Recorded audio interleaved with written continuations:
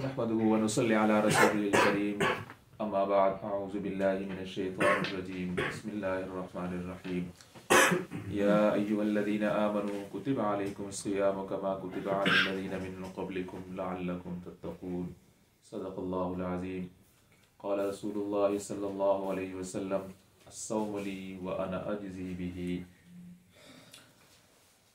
औ कमा क़ाल सल्लल्लाहु अलैहि वसल्लम रब्बि इश्रह ली सदरी व यस्सिर ली अमरी वहलुल उक़दतम मिन लिसानी यफ़क़हू क़ौली अल्लाहुम्मा थब्बितना इंदल मौति बिला इलाहा इल्लल्लाह अल्लाहुम्मा वफ़िक़ना लिमा तुहिब्बु व तर्ज़ा आमीन या रब्बल आलमीन।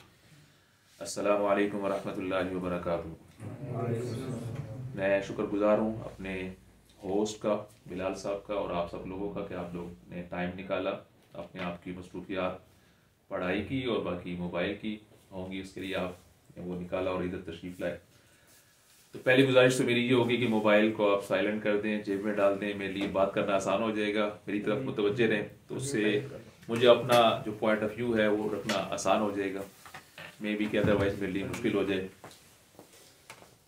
तो बात आपको समझाने से पहले मुझे खुद समझ में अच्छी आ जाएगी जब आप लोग मेरी तरफ अटेंटिव रहेंगे। आज की गुफ्तगू के हम 3 हिस्से में करेंगे। पहला हिस्सा रोज़े का जो पर्पज़ है, गर्ज़ व गायत। दूसरा हिस्सा रमज़ान कैसे गुजारें, और तीसरे हिस्से में आपके सवालात अगर कोई हों, आसान से, मुश्किल ना हो, तो मैं उनके जवाब भी देने की कोशिश कर सकता हूँ। मैंने आपके सामने सूरह बकरा की आयत नंबर 183, जो कि आपने बारहा सुनी होगी, जिसका तर्जुमा है ईमान वालों, हमने आप पर रोज़े फ़र्ज़ किए हैं जिस तरीके से पिछली उम्मतों पर फ़र्ज़ किए थे, ताकि आप तकवा इख्तियार कर सकें।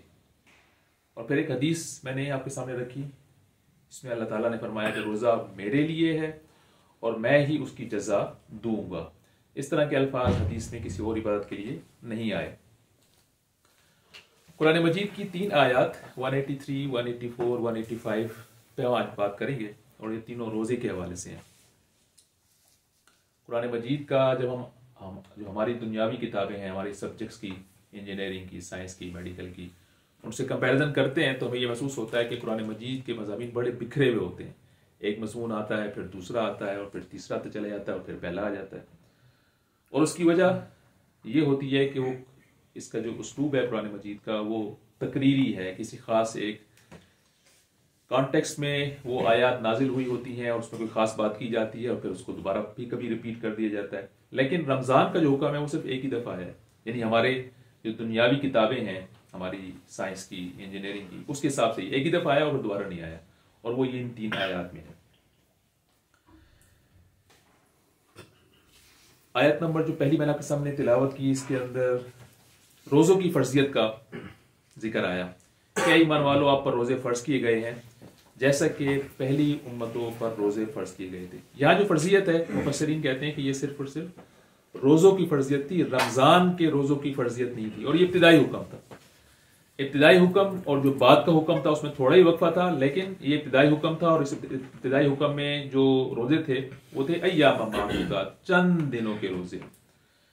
सूरह हज में है वज़्कुरुल्लाह फी, सूरह बकरा में हज के हवाले से है वज़्कुरुल्लाह फी अय्याम मादूदात, कि अल्लाह को याद करो कुछ गिनती के चंद दिन। जिन लोगों ने हज के लिए गए हों या उम्रे पे गए हों, अपने नॉलेज में हो, तो मिना में जो स्टे करते हैं 3 दिन 4 दिन का स्टे होता है, उसके लिए फरमाया गया अय्याम मादूदात। तो बिल्कुल इस तरीके से जो यहाँ अल्फाज आए आयत नंबर 184 के अंदर, वो अय्याम मादूदात के ही हैं। तो पहले जो थे वो रमज़ान के रोज़े, 1 महीने के रोज़े मौजूद नहीं थे, बल्कि अय्याम 20 जो 13, 14, 15 चांद की, आशूरा और इस तरह के कुछ रोज़े थे जो कि फ़र्ज किए गए थे। और फिर बाद में जाकर रमज़ान के रोज़े, जो कि आयत नंबर 185 के अंदर उनकी फर्जियत आई। और इनका हुसूल जो गर्ज है, पर्पज़ है, तकवा। जो इब्तिदाई हुक्म था, इब्तिदाई हुक्म जो कि वो आयत नंबर 183 के अंदर है, उसमें चंद रोजे थे और फिदिये की गुंजाइश भी मौजूद थी कि अगर कोई रोजे रख भी सकता हो और अगर ना रखना चाहे तो वो फिदिया दे सकता था। लेकिन बाद में जो आयत नंबर 185 आई, शहरु रमज़ान अल्लज़ी उनज़िला फ़ीहिल क़ुरआन हुदल लिन्नास, तो इसमें जो हुक्म आया, फिर वो ये वाली जो एक्सेप्शन थी वो खत्म हो गई तमाम मुफस्सिरीन के नजदीक। यानी पहले वो एक क्लास मौजूद थी और अब ये ख़त्म हो गई कि जो रोज़े रख सकता है उसको रोज़े रखने चाहिए, या इल्ला ये कि वो बीमार हो। मैं आपको वाक़या सुनाऊं टर्की का, कि टर्की में इस्लाम की जो हालत है वो थोड़ी सी मखदूश है, इतनी अच्छी तो नहीं है। यहाँ से बड़े पारल बड़ी अच्छी नज़र आती है, लेकिन वहाँ रमज़ान में रोज़े कोई नहीं रखता और धड़ल्ले से सब खाना खा रहे होते हैं, इल्ला माशाअल्लाह। तो वहाँ जो नेक लोग होते हैं वो फिर इस आयत का इस्तेमाल करते हैं और वो कहते हैं कि फिदिया की गुंजाइश मौजूद है तो वो फिदिया दे देते हैं। तो फिदिया की गुंजाइश नहीं है, और ये जो आयत है, आयत नंबर 183, इसका जो हुक्म है मुफस्सिरीन के नज़दीक वो मनसूख है। तो एज सच फिदिया देने की ऑप्शन मौजूद नहीं है, रोज़ा रखना ही ज़रूरी है, अनलेस के वो ऐसा बीमार हो या ज़िंदगी के ऐसे मोड़ पर आ चुका हो कि दोबारा रोज़ा रखना उसके लिए पॉसिबल ना हो। और ये मनसूखी की वजह जो है, मैंने जिक्र किया कि आयत मनसूख हो गई है, इसकी वजह कुरान मजीद में इसके और एग्जाम्पल भी हैं जिसके मैं 2-3 का जिक्र कर देता हूँ।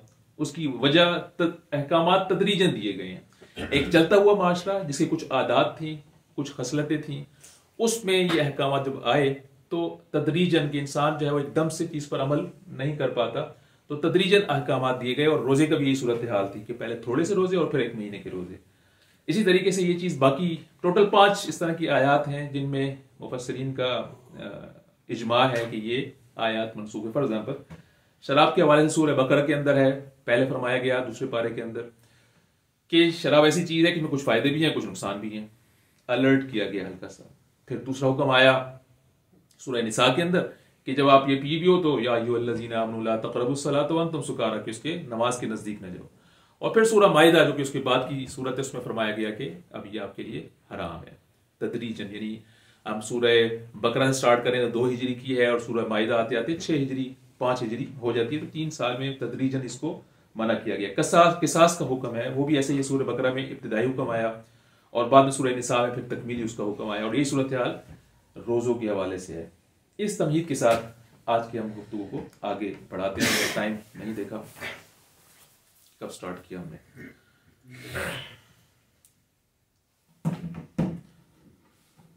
इंसान का वजूद 2 चीजों पर मुरक्कब है, एक उसका जिस्म है और एक उसकी रूह है। जो उसका जिस्म है उसकी अपनी रिक्वायरमेंट्स हैं, भूख है, प्यास है, हिफाजत में रहना चाहता है, नफसानी ख्वाहिशात हैं, अर्श टू डोमिनेट यानी डोमिनेट रहकर अपनी तारीफ सुनना चाहता है। ये जो उसकी करेक्टरिस्टिक है, इसमें यह भी है कि वो इन सब की तकमील भी चाहता है। भूख लगी है तो खाना खाएगा, और इस तरीके से प्यास और हिफाजत में अगर नहीं है तो हिफाजत में आना चाहेगा। और फिर अल्लाह ताला ने ये जो इस जिस्म के जो रूल्स हैं वो फिजिकल लॉज इसको पाबंद कर दिया। ये फिजिकल लॉज जो है इससे कोई वायलेट नहीं कर सकता, चाहे वो मुसलमान हो चाहे वो मुसलमान ना हो। भूख लगनी है, नींद आनी है, इससे वो बाहर नहीं जा सकता, चॉइस नहीं है, चॉइस मौजूद नहीं है। जबकि दूसरी तरफ एक और एस्पेक्ट है, वो है रूह का, रूहानी ताल्लुक है, नेकी का है, सेल्फ कंट्रोल है, नेकी और बद्दी का तस्वर है। सूरह शम्स फ़अल्हमहा फुजूरहा व तक़वाहा के अल्लाह ताला ने हर रूह पर, हर इंडिविजुअल पर ये वही कर दिया कि क्या अच्छाई है और क्या बुराई है, फिस्क क्या है और तकवा क्या है। तो यानी हर बंदे का एक क्राइटेरिया बहरहाल मौजूद है। इस क्राइटेरिया के तहत इंसान का जो नफ्स है, यानी उसका जो एक खुद वो है, वो ऑप्शन दी गई इंसान को कि चाहे तो वो इख्तियार करे अच्छाई को और चाहे तो इख्तियार करे बुराई को। यानी इख्तियार दिया गया और यहीं से इम्तिहान का आगाज हो गया। यानी वहां जो फिजिकल लॉज थे जिस्म के लिए वो फिक्स थे, उसमें कोई ऑप्शन नहीं थी, वो मान नहीं मानने, जिस तरीके से यूनिवर्स मानती है इस तरीके से इंसानों में मानने। लेकिन जो रूह वाले अहकामात हैं उसमें अल्लाह ताला ने इंसान को इख्तियार दे दिया और यहां से इंसान का इम्तिहान का आगाज हो गया।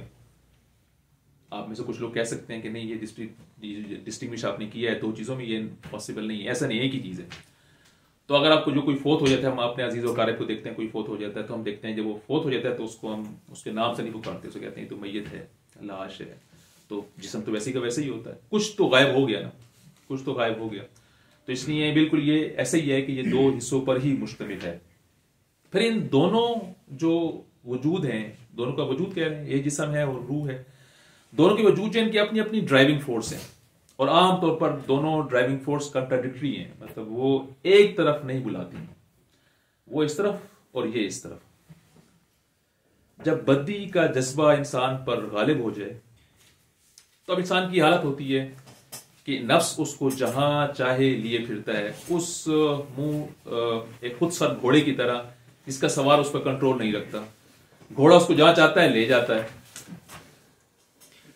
अल्लाह ताला ने तो उसको दिया था इख्तियार, उसने इख्तियार का गलत इस्तेमाल किया और समझा कि मैं बाइख्तियार हूं, अपनी हकीकत को भूला और उसके बाद ये भूल गया कि वो अल्लाह का बंदा है। अपने आप को उसने बंदगी से आजाद किया, आखिरत के अंजाम से उसने अपने आप को बरीज़िम्मा कर दिया और उस चीज से बिल्कुल बेपरवाह हो गया, आंखें बंद कर ली कि आखिरत में क्या अंजाम होगा। उस वक्त के छोटे से फायदे के लिए उसने उस बदी के अंदर गिरफ्तार होता चला गया।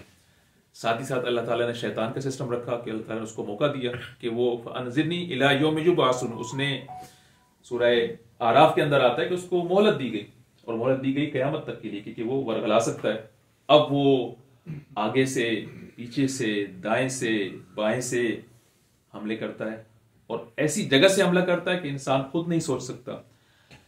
शैतान ने इंसान पर पूरी पीएचडी की होती है कि हो सकता है कि एक शख्स नमाज में तो बहुत पाबंद है, इसलिए कि उसकी ग्रूमिंग ऐसी हुई है, तो वो उसको वहां से तो वो ठेस नहीं पहुंचा सकता, वरगला सकता कि उसको नमाज, लेकिन उसको कोई और वीक पॉइंट उठाएगा और उस जगह से उसको उस पर हमला कर देगा। और यही बात है जो कि सूरह आराफ के अंदर इन अल्फाज के अंदर आई कि सुम्मा लआतियन्नहुम मिन बैनि अयदीहिम व मिन खल्फिहिम व अन अयमानिहिम व अन शमाइलिहिम, कि मैं तो उनको आगे पीछे दाएं बाएं से, कि इंसान को खुद पता नहीं होता कि उसको अल्लाह शैतान जो है कहां से गुमराह करता है और इंसान उसमें बेहतर चला जाता है। तो उसने बिल्कुल इस बात का यकीन कर लें और कॉन्शियस हो जाएं कि वो आपको कहां कहां से करता है, वीक जगह से पकड़ता है।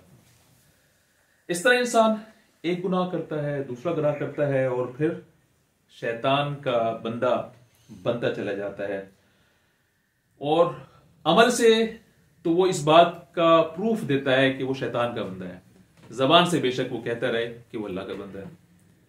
अब इस मकाम पर हमें अपना मुहासबा करना चाहिए कि हम जबान से कितना कहते हैं कि हम अल्लाह के बंदे हैं, और फिर हमारे अमल जो हैं वो कितने को रिलेट करते हैं हमारे इस बात से कि हमारा अमल किस बात की गवाही देता है। जबान से आप जो भी कह लें, जबान से मैं जो भी कह लूंगा उसको अगर मेरा उसके मुताबिक ना हो, फिर तो असल में तो मेरा अमल गवाही दे रहा है कि मैं असल में रहमान का बंदा हूं या शैतान का बंदा हूं।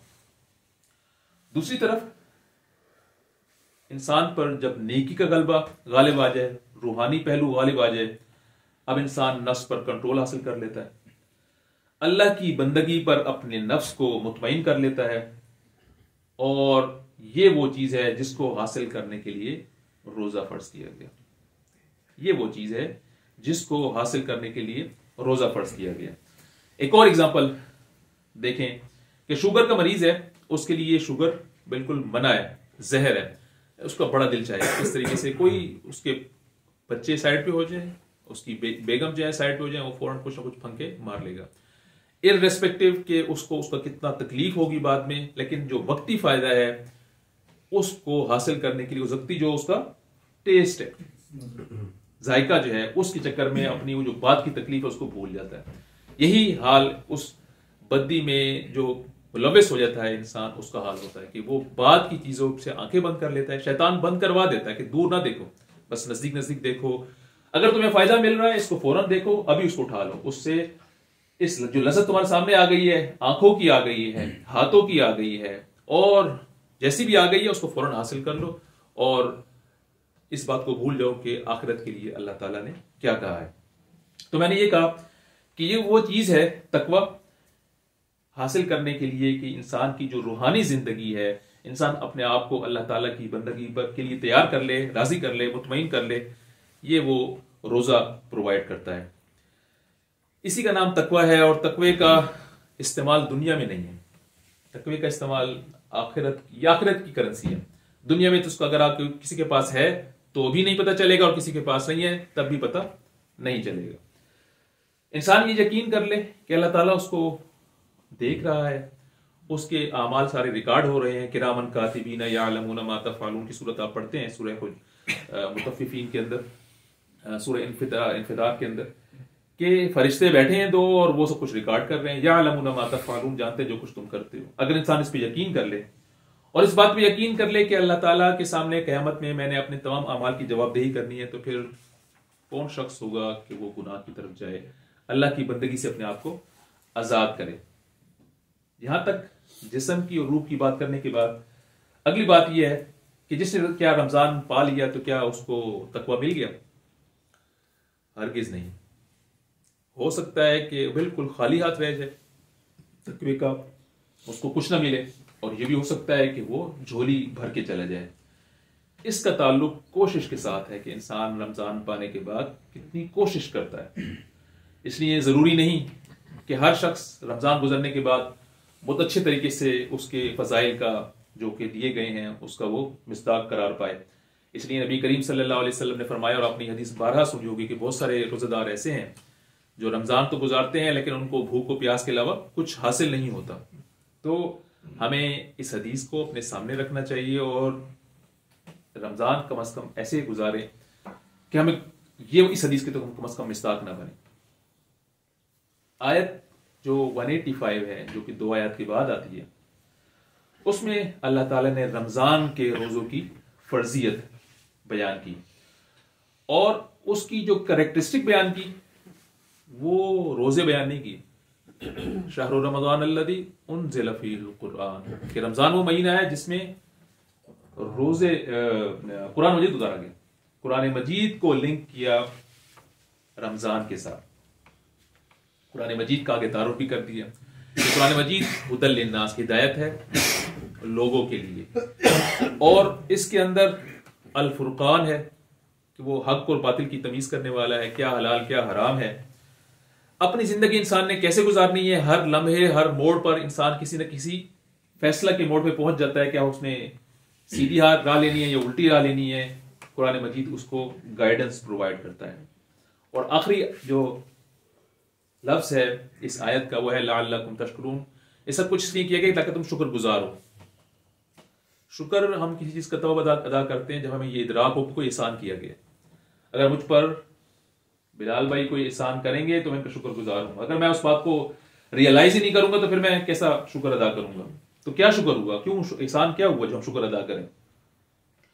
कुरान मजीद अता किया गया और इसी को 25वें पारे में इन अल्फाज के अंदर आता है, कुल बिफज़लिल्लाहि, 9वें पारे के अंदर सॉरी, कुल बिफज़लिल्लाहि व बिरहमतिही फबिज़ालिका फल्यफ़रहू हुवा खैरुम मिम्मा यजमऊन, कि ये कह दीजिए कि अल्लाह ताला का फजल है और रहमत है और इस पर मुसलमानों को खुशी मनानी चाहिए कि अल्लाह ताला ने कुरान मजीद को नाजिल किया। क्या इसमें क्यों खुशी क्यों मनाएं? कुरान मजीद को नाजिल कर दिया इसलिए कि इसमें इंसान की भलाई और उसकी जो बुराई है वो बयान कर दी गई कि क्या चीज भलाई का क्राइटेरिया में आएगी और क्या चीज बुराई की क्राइटेरिया में आएगी। इस बात की अहमियत कि कौन सी चीज भलाई की कैटेगरी में है और कौन सी, क्योंकि ये रिलेटिव है। इंसानी माशरे में अगर आप यूरोप के, अमेरिका के, ये जो मुख्तलिफ माशरे इनमें जाएं तो आपको ये जो डेफिनेशन है भलाई की और अच्छा बुराई की तो रिलेटिव नजर आएगी। तो what is good and what is bad ये रिलेटिव है। तो अल्लाह ताला ने इसके लिए कुरान मजीद की रहनुमाई में प्रोवाइड कर दिया गया कि आखिरत का हिसाब इंसान का किस बुनियाद पर होगा। ये छोटी बात नहीं है, इसका यानी पता होना। मैं आपको बताऊं कि किसी एथियस्ट से पूछें, किसी ऐसे बंदे से पूछें जिसका ताल्लुक रिलीजन से नहीं है, तो आप देखेंगे कि एक नौजवान है किसी यूरोप के माशरे का, वो बड़ा होता है और उसके बाद अपनी जिंदगी जो चाहता है करता है, जिस तरह हम भी कोशिश करते हैं, जो चाहता है वो करता है और उसमें पेरेंट्स को वो बिल्कुल साइड पे कर देता है। जो चीज उसको लज्जत फौरन मिलती है उसको वो लेता है। लेकिन जब 40 साल और 50 साल का होता है और अब उसके बच्चे हो जाते हैं तो उसके मयारात तब्दील हो जाते हैं। कहता नहीं ऐसा तो नहीं करना चाहिए था, ऐसा करना चाहिए था। अब उसके वो बच्चे बात नहीं सुनते। तो ये जो वो उसके मुसलसल मयारात तब्दील होते रहते हैं और हमें मयार अल्लाह ताला ने शुरू से दे दिया, ये मयार उनको हासिल नहीं है। तो इसलिए कुरान मजीद जो है ये एहसान है अल्लाह ताला का। और जब इंसान को ये इदराक हो जाए कि अल्लाह ताला ने हम पे एहसान किया है, तो अब शुक्र का जो दूसरा दर्जा है वो ये है कि फिर ज़बान से उसका इजहार किया जाए कि अल्लाह ताला ने बड़ा करम किया मुझ पर, कि अल्लाह ताला ने मुझे ये इस तरह की नेमत अता की। अब अगर जुबान से हो गया तो फिर अमल से भी होना चाहिए कि इंसान अमल से ये सबूत दे, शैतान का बंदा ना बने, रहमान का बंदा बने। अल्लाह ताला ने रमज़ान में 2 इबादतें हम पर फर्ज की। फर्ज तो नहीं, पहली फर्ज, दूसरी फर्ज नहीं है। रोज़ा फर्ज और दूसरी बात क़यामुल लैल। क़यामुल लैल में कुरान मजीद का पढ़ना, इसका मतलब यह है कि कुरान मजीद से दोस्ती करना, कुरान मजीद को सुना जाए, उसको पढ़ा जाए, समझा जाए और उसके मुताबिक अपनी जिंदगी को ढाला जाए। रमज़ान के रोज़े इंसान में तकवा तो पैदा करते ही हैं, अगर वो उसके लिए कोशिश करे, अपने आप को थकाए और उसके लिए कोशिश करे, ढीला ढाला ना छोड़ दे, सोता ना रह जाए, सुबह से लेकर शाम तक के पता ही ना चले कि रोजा था भी थे कि नहीं। लेकिन एक दूसरी चीज है जो रमजान और कुरान को लिंक करती है, वो ये है कि न सिर्फ रमजान का रोजे तकवा पैदा करते हैं, बल्कि एक दूसरी चीज, एक बड़ी इबादत के लिए तैयार करते हैं। और वो बड़ी इबादत जो है उसको आपने शायद किसी से सुना हो, इकामत दीन कहते हैं कि दुनिया में इस्लाम को गालिब कर देना, इकामत दीन। ये जो इकामत दीन का हुक्म है कुरान मजीद के अंदर 3 जगह पर मौजूद है कि हुवल्लज़ी अरसला रसूलहू बिलहुदा व दीनिल हक़्क़ लियुज़हिरहू अलद्दीन कुल्लिहि व कफ़ा बिल्लाहि शहीदा। सूरह तौबा के अंदर, सूरह मुहम्मद के अंदर और सूरह सफ के अंदर थोड़े बहुत अल्फाज की तब्दीली के साथ। और फिर सूरह ज़ारियात के अंदर वमा खलक़तुल जिन्न वल इंसा इल्ला लियअबुदून, कि हमने इंसान और जिन को सिर्फ और सिर्फ पैदा ही इबादत के लिए किया गया है। तो ये कौन सी इबादत है कि 24 घंटे बंदा मस्जिद में बैठा रहेगा, नमाज पढ़ता रहेगा? बल्कि नहीं, ये इबादत वो इबादत है कि इंसान किसी भी हालत में हो, सोते हुए हो या जागते हुए हो, ऑफिस में हो या मस्जिद में हो या बाजार में हो, तिजारत करता हुआ हो या दुनियावी काम करता हो या दीनी काम करता हो, हर सूरत में उसकी जिंदगी इबादत हो सकती है अगर वो उस काम को भी अल्लाह ताला के बताए हुए जो शरीयत है उसके मुताबिक गुजारता है। तो अब अगर रमजान के 2 फवाइद हमें पता चले इन 3 आयात की रोशनी में, एक तो ये कि तकवा का हसूल, और फिर तकवा के साथ साथ कुरान मजीद से ताल्लुक, और ताल्लुक के नतीजे में कुरान मजीद की वो सुन्नत, नबी करीम सल्लल्लाहु अलैहि वसल्लम की वो सुन्नत जो उन्होंने 23 साल मुसलसल की। तो वो सुन्नत क्या थी?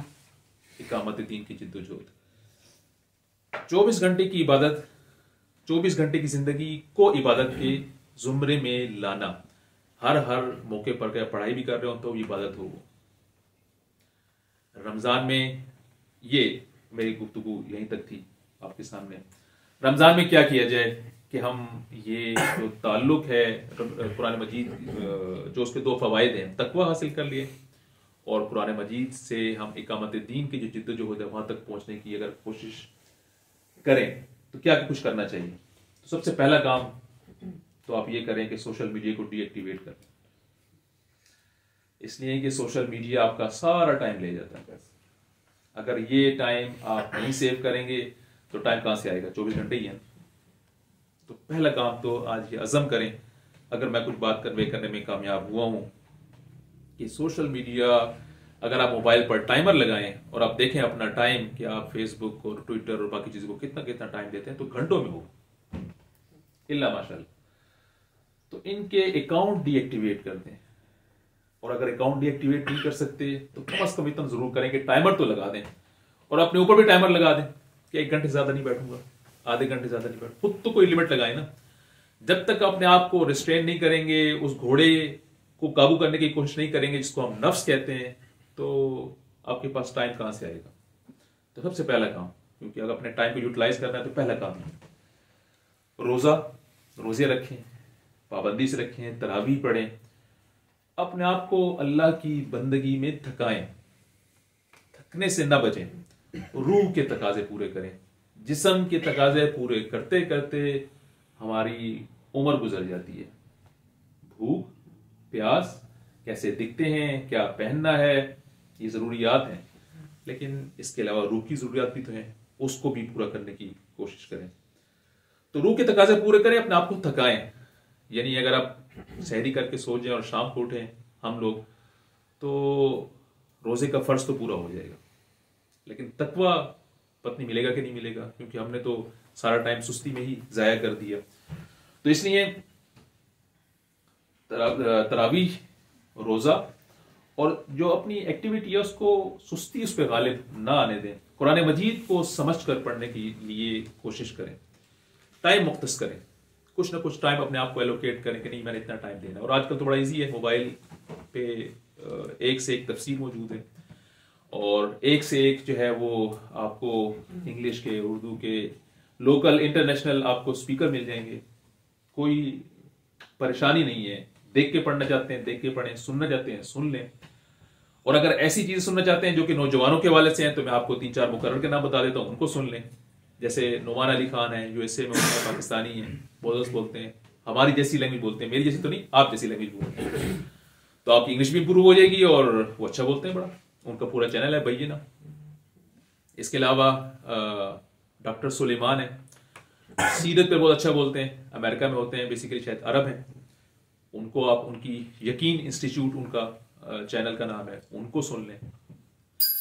इस तरीके से और भी हैं, और अगर कुछ ना हो तो मेरा सुन लें। मतलब मेरा भी यूट्यूब चैनल है, मैं भी कोशिश करता हूँ रमजानों में ऑनलाइन जो है ना, मेरे जितने दोस्त अहबाब हैं वो उनके साथ जूम में क्लास होती है ऑनलाइन, और फिर रिकॉर्डिंग उसकी वीडियो यूट्यूब पे अवेलेबल भी होती है।